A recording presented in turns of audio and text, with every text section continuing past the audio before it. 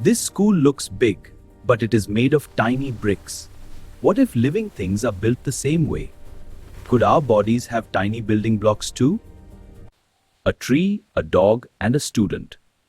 They look very different. But could something tiny be common to all of them?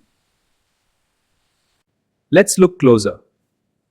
Much closer. What do you think we will find inside a living thing? Look carefully.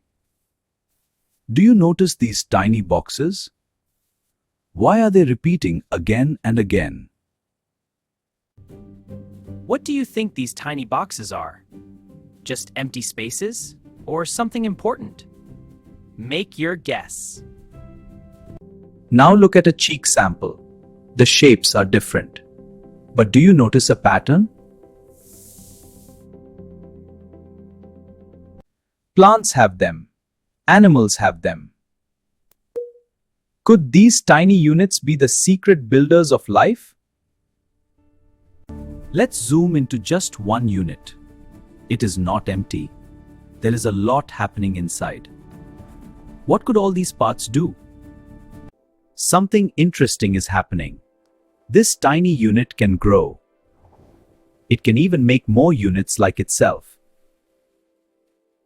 One unit alone is tiny, but millions work together. Could they help the body move and work? The mystery is solved. These tiny units are called cells. Every living thing is made of cells. Cells are the basic units of life.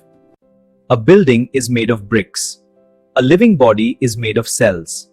That is why cells are called structural units.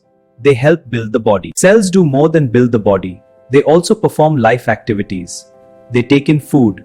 They grow and reproduce. That is why cells are also functional units. Have you ever seen a cut heal? New cells help repair the damaged area. So that is why the skin heals. Cells work all the time. Let's do a quick activity. You can observe a living tissue. See if you can spot repeating tiny units. Think about this. Bricks build a wall. Cells build a body. Can you explain one similarity and one difference? Today we found the tiny builders of life. They are present everywhere in living things. What do you think would happen if cells suddenly stopped working? Let's remember three key ideas. Tiny cells build living things. Cells perform life activities. Every living thing is made of cells.